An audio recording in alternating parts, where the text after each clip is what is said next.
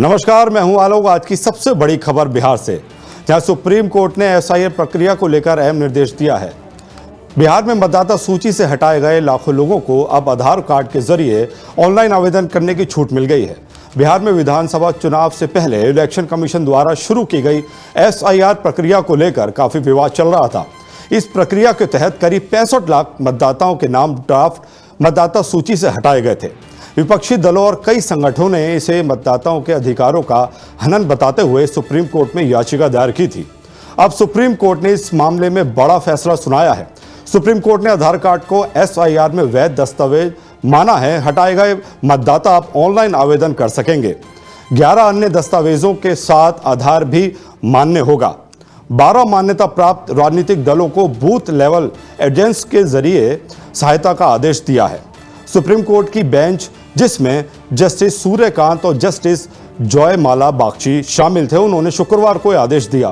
Court ने कहा कि जिन मतदाताओं के नाम ड्राफ्ट मतदाता सूची से हटाए गए हैं, वो अब ऑनलाइन मोड के जरिए अपने दावे प्रस्तुत कर सकते हैं। इसके लिए उन्हें भौतिक रूप से फॉर्म भरने की जरूरत नहीं होगी। साथ ही कोर्ट ने यह भी स्पष्ट किया कि इलेक्शन कमीशन द्वारा निर्धारित 11 दस्तावेजों के अलावा आधार कार्ड भी स्वीकार किया जाएगा।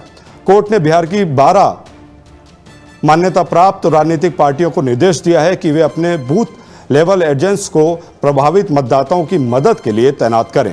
कोर्ट ने यह भी आश्चर्य जताया कि 1.5 लाख बूथ लेवल एजेंट्स होने के बावजूद केवल 2 आपत्तियां दर्ज की गई हैं।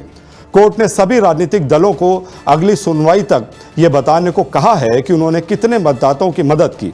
आपको बता दें कि एसआईआर प्रक्रिया के तहत बिहार में मतदाता सूची को अपडेट करने के लिए बूथ लेवल ऑफिसर्स घर घर जाकर मतदाताओं का सत्यापन कर रहे हैं।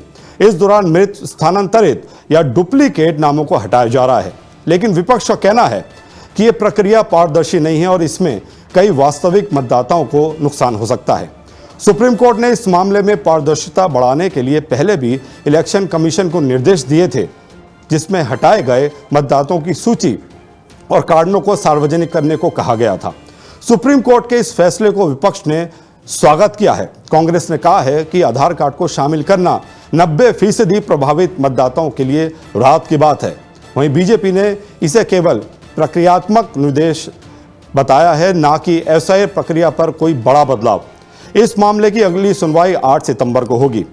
फिर मुलाकात होगी ताज़ा खबरों के साथ। अपना ख्याल रखिए और देखते रहिए डेली 24 भारत। नमस्कार।